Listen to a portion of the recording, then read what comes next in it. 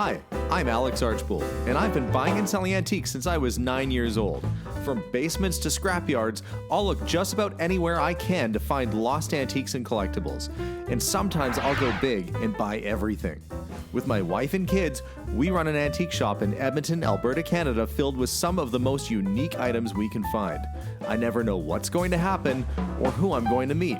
This is our life, this is our adventure, and this is Curiosity Inc. I'm home, honey.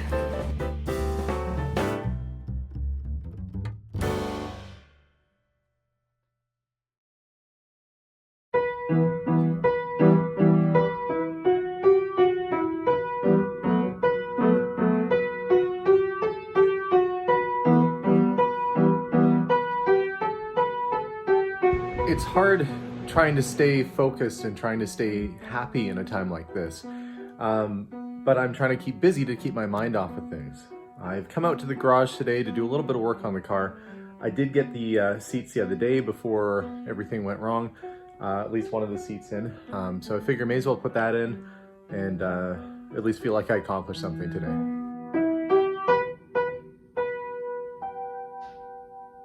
Here is seat bottom off the car is done with the armrest, and then the bucket seat sitting up top front there. I'm gonna have to pull that out and bring it in the garage. It's starting to snow a little bit outside again. I keep saying it's supposed to be spring, and yet here we are with snow flying. We get that out of the car. One of the front seats came back. Had it totally redone in leather. This is leather. I didn't even realize that it had this little drop down armrest that was built right into the seat itself. This is the passenger seat, which is why I've got it on the passenger side, unless you're watching from England, and then you'd be like, well, that's not the passenger side, but it is for us.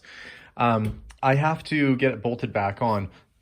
Before I took it out of the car, I kept all these little bolts that were holding it together in their own plastic bags, so it should be pretty easy for me to figure out what goes where. So the goal today is to get it lined up. I'll show you where it goes. Those pins go through those holes right there. And there's a matching spot on the bottom of the seat that lines up with that. So you kind of have to get the either the front on first and then put the back, or vice versa. I'll probably try and do the fronts first because the back is pretty easily accessible and it's gonna be a lot trickier to do. So let's see if I can get it lined up. There is nothing light about these seats either. They were not going for fuel economy, I don't think, at this time. This thing is all about luxury. So it's probably like the heaviest wood and the heaviest steel that you could imagine. The seat must weigh probably 80 pounds or more. It's a good heavy seat. But that said, I can manage it. We can get it lined up and see if we can't get this bad boy in place. At least I'll have a place to sit when I'm working on the rest of the car. Okay, seat is in place and it's nice and sturdy. I decided to put a little bit of fresh paint on that rear bar because it is visible.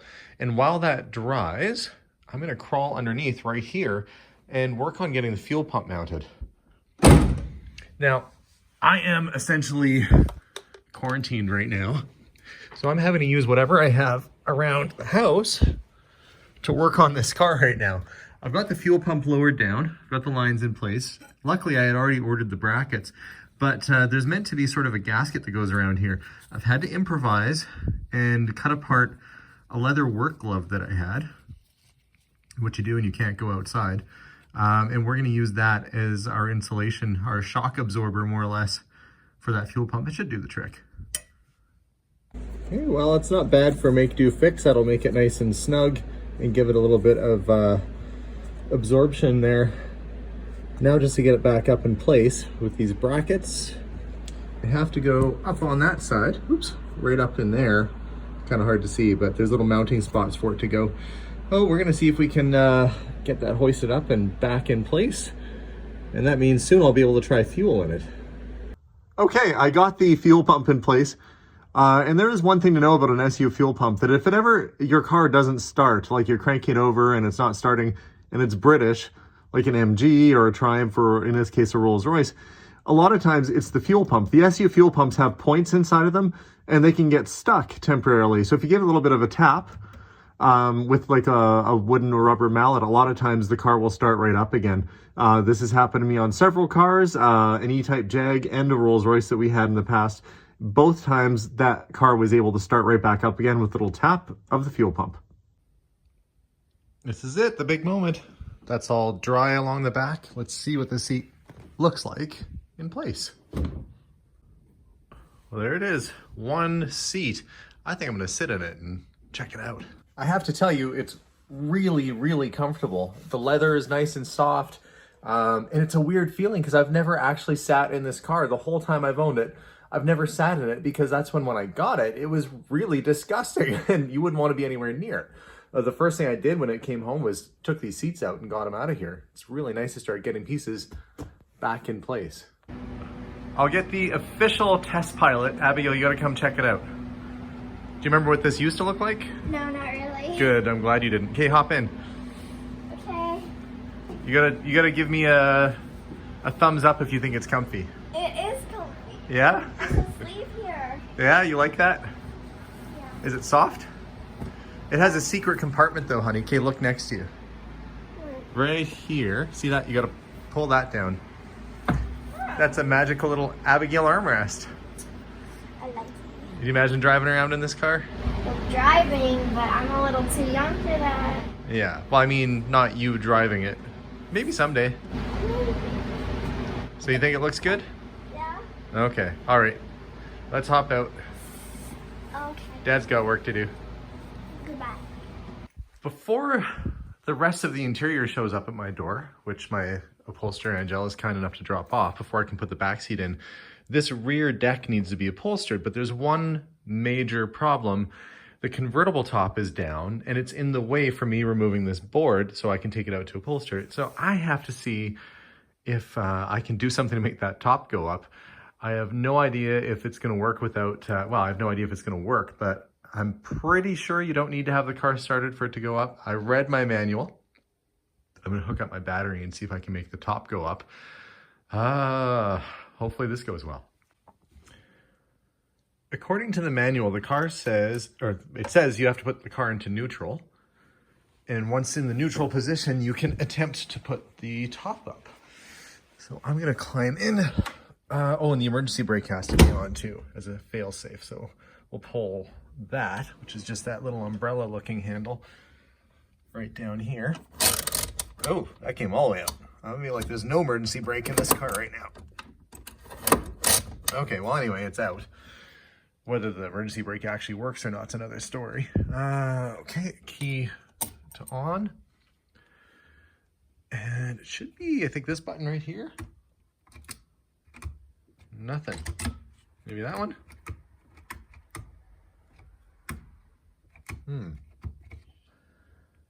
Okay. Oh, okay, I hear something. Trying to do something.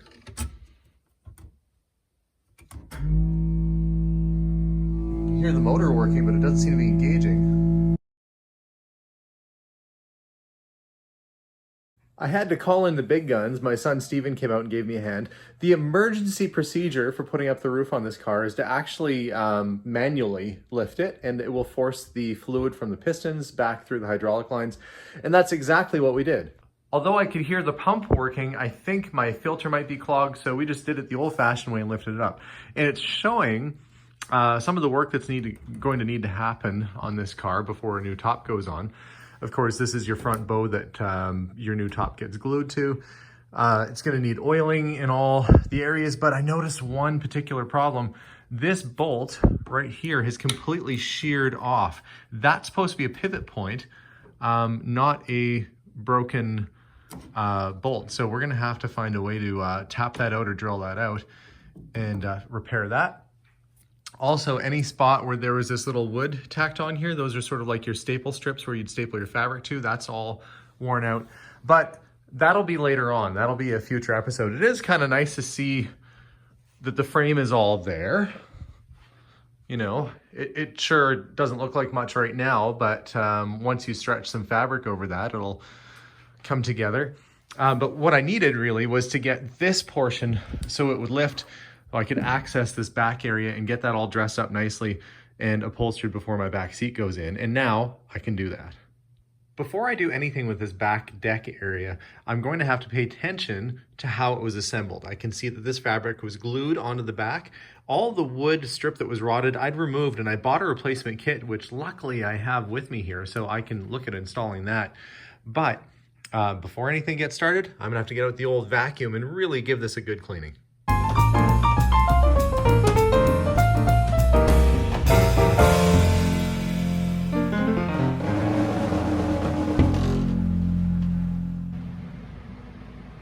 Now that the back area here is all vacuumed out, I have to make sure that I've got wires moved. I think that's the wiring actually for this light up top here. So I'll have to do a little bit of repair there. And any of this old cloth, well, that's got to go because it's rotted and it's not in very good condition. So we're going to take that all off and get ready to put new stuff down. Okay, we'll get this wooden panel out of there. Actually, that's not too bad under there. A little bit of cleanup required around some points, and again, that's glue that's dried on from the fabric being glued to it. All right, well, I think that's a reusable piece. I have to get this out. We'll get any remnants of cloth that are on here taken off, and you can see how they glued it down. So basically, I'll just use this as my template and make a new panel, but I gotta get all this old leather off first. Luckily for me, I ordered extra vinyl, so I should have enough to do that lower panel as well as the back portion of the convertible top area. I may have to do this little area in here in carpet. I don't know yet. We're gonna use whatever I have around to make it look good. And the reason why I'm doing black and not gray to match the seats is that the carpet is black, so we're trying to do all the flat surfaces in the same sort of color. Plus it's what I have. Black and gray is the theme of this car, so it shouldn't stand out too badly.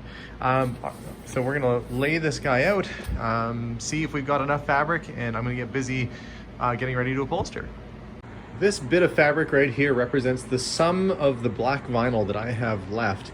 We're looking at the underside of it right now, but that's all I've got. I have to really try and make this stretch out. This longer portion here, I'm gonna try and maintain so I can use it for the back right there. And hopefully I can get a square cut of this section right there to do the lower panel. And if there's any left over, well, and if I make my cuts right, I just might be able to do the whole thing. But first things first, I've made sure that the old leather is all scraped off of the surface. I'm going to lay this down and do a test fit and see how it looks. Okay, I've got my square cut out with enough to fold it over on either sides. I'm gonna pick up the little spare pieces here and set them aside. And I've been keeping all the little bits and pieces and fabric around because you never know when you're gonna need a little bit. Found these two little chunks here. Those might be enough to help out with that back panel too. So always keep your little spares and extra bits until you know exactly what you need. In this case, it looks like I've got enough to get started on this main back panel anyway. So I'm gonna get my glue out, which is around here somewhere, and start getting that laid down. Okay, first coat of contact cement is laid down on this board. I'm gonna set that aside and let it dry. Have to put a layer on the fabric too, because they have to actually dry a little bit before they get stuck together. I'm gonna set this one aside, and then I'll do the same thing on the fabric here. Okay, we'll get this ready. And I'm gonna start, I don't want it to go all the way up to the edges just yet. I'm gonna do that once the board is on, because it has to fold over, and I don't have glue on the back side of the board yet. I'll do that in one single step later on, but I basically have to cover this whole thing with contact cement all the way around, basically leaving a little bit of an edge. And once that's all done and dried, we can connect the two, flip it over, and do the other side. And some of you that haven't worked with contact cement might be asking, well, why are you letting the surfaces dry before you put them together? Usually glue, you put it on wet and then it dries and that forms a bond. In this case, what you're doing is you're putting a surface of glue on both surfaces, letting it dry, which is how contact cement works. And when you put it together, if the glue forms and binds to itself. So it's very different than a regular sort of glue, but it's very durable. And on fabric surfaces like this, it's really one of the best ways to do it. There's spray contact cement. I'm using brush on contact cement. Either way, it'll do the job. So we're gonna let that dry for 15 to 20 minutes on both sides. Let that set up really good. Once it's come to a finish, basically where it's matte and you can touch it with your hand without it sticking, that's when you know it's about time to stick it together. Meanwhile, I have not thrown this out. I put it in the garbage can because I'm starting to strip down the back panel. I want to get all of the old, loose, gross looking leather off of the back there so I can prep this surface the same way and get it ready to apply new material to. Okay, I laid it down. I have one little piece there that kind of came off. I'm gonna re-glue that, reattach that. But overall, that's just about ready for me to cut and fold. I'll have to cut a couple of relief pieces out of the way. I'll show you that later on. You basically just cut a little corner out so you can fold it and not have a seam showing. Now I'm coming over to the back panel here. And this is a really light wood. It's kind of like a balsa wood almost. It's very, very light and kind of fragile feeling, but that's what they use for upholstering. I was able to save it, get the upholstery and the majority of the glue off. I'm gonna cut out the pattern and basically do the same thing that I'm doing over here with that piece. Okay, the glue is dry to the touch. When you're upholstering, you always want to start with the middle. You pull it tight, press it down, and then you're going to work your way out to the outer edges. You don't want to start on the outside because otherwise you'll end up with a big wrinkle in the middle that's almost impossible to get undone. So I'm going to start here, work my way out.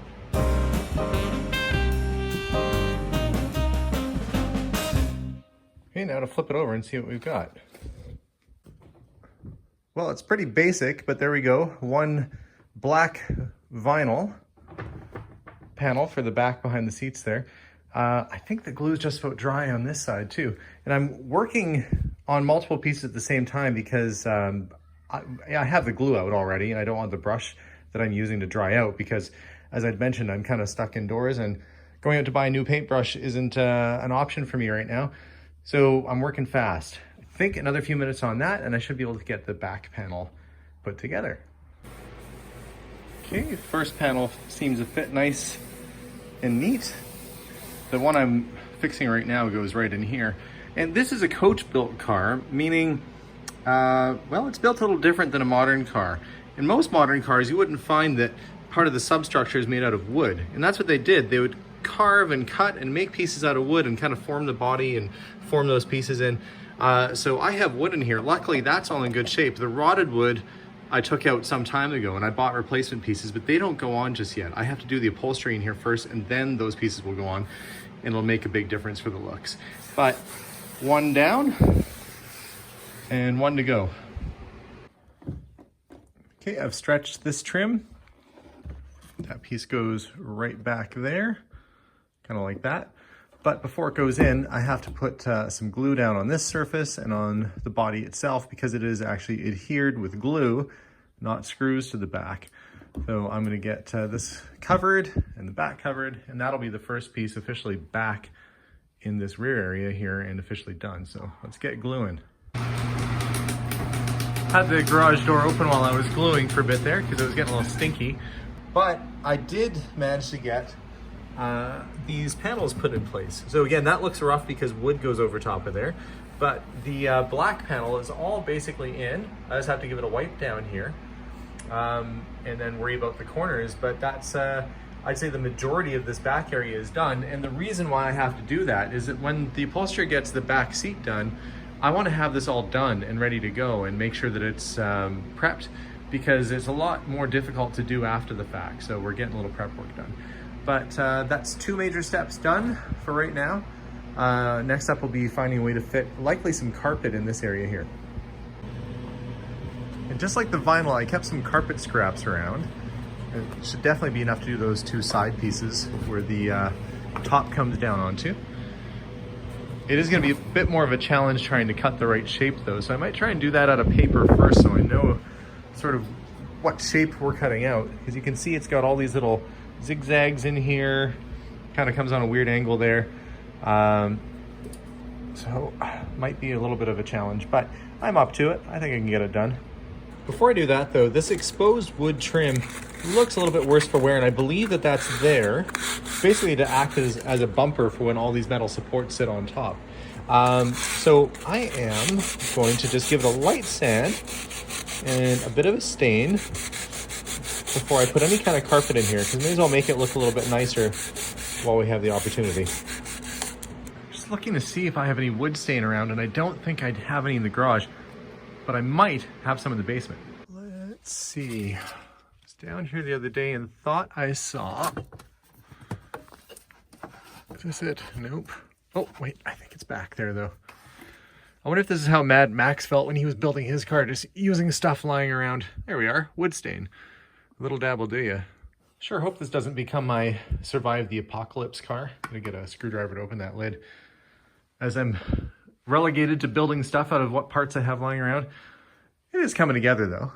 And I am trying to do the best job I can do given the circumstances. What I'm gonna do is basically, we're gonna open this can up, lay down a little bit of stain just to make that wood look nicer before I lay the carpet in between those rails, because I think I want to leave those exposed so that it's a good surface for this convertible top mechanism to sit on. And then I'll do the same on the other side.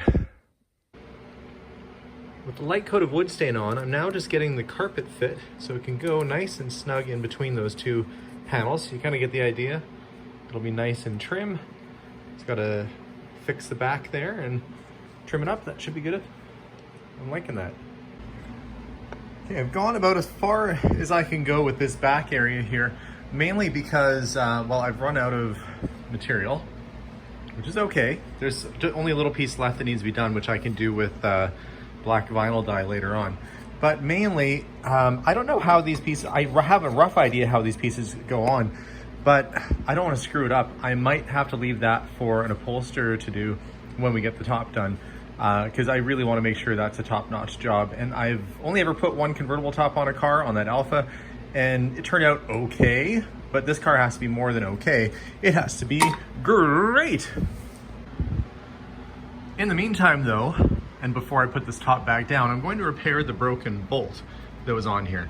I've taken a drill and I've drilled the hole back out. There we go. But there's no threads. There's no threads in that hole. So I'm gonna see if I have my handy dandy tap and die set around and some bolts that may work, be the right size, to go back in there.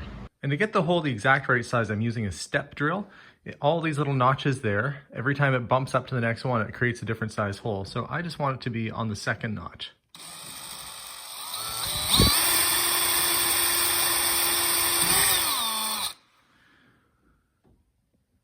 Okay, looks pretty round. Okay, now that I've got the hole drilled out, I'm going to use a tap and die set. This is a device, I'm sure many of you watching have used this before or know of it, where if you have a hole like I have, you can re-thread it using this tool. Or if you have a bolt or need to put threads on the end of something, you can use that type of tool. In my case, I'm using this. I believe I've got the right pitch of thread on here. So the next step is you get it lined up really carefully with this hole, and then you start twisting and turning until it works its way all the way through to the other side. Finally, we snug up the new bolt, and voila! We have a repaired bolt, repaired hinge. Not saying that the rest of this doesn't need work, but it will actually fold properly. So I'm gonna call in my son and see if he can help me put the top back down again. So we're going to lift right here, just underneath. No, you have to let it bend, like that. And we're going to gently push it all the way to the back. And there's resistance because there's still hydraulic fluid inside. Okay, let's let, it should put itself down now.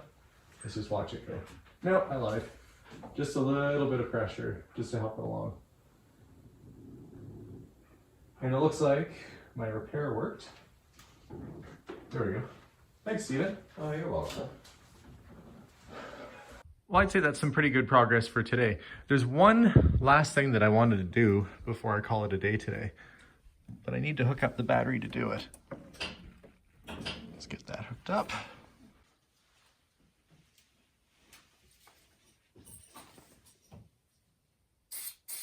Here goes nothing.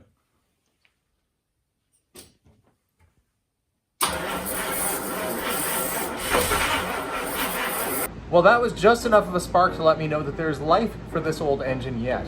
I discovered that the coil was loose, and so after bolting it back on properly, we had good spark to the engine. I've been letting some oil sit inside the pistons, so everything seems to be working as it should under the hood there. Next week, what we're gonna do is finish up the interior. I've got one seat in right now, which I'm standing on, and it's super comfortable. I'm very excited to see what this car looks like with the complete interior. Then it'll be on to the engine bay, getting that cleaned up and a little bit of detailing under the hood. And before you know it, hopefully we'll have a running car. So stay tuned for more episodes as we make progress on this once raccoon-eaten Rolls-Royce. If you haven't already, make sure to subscribe to our channel. And for those of you that have, thank you so much. We'll see you all soon, and bye for now.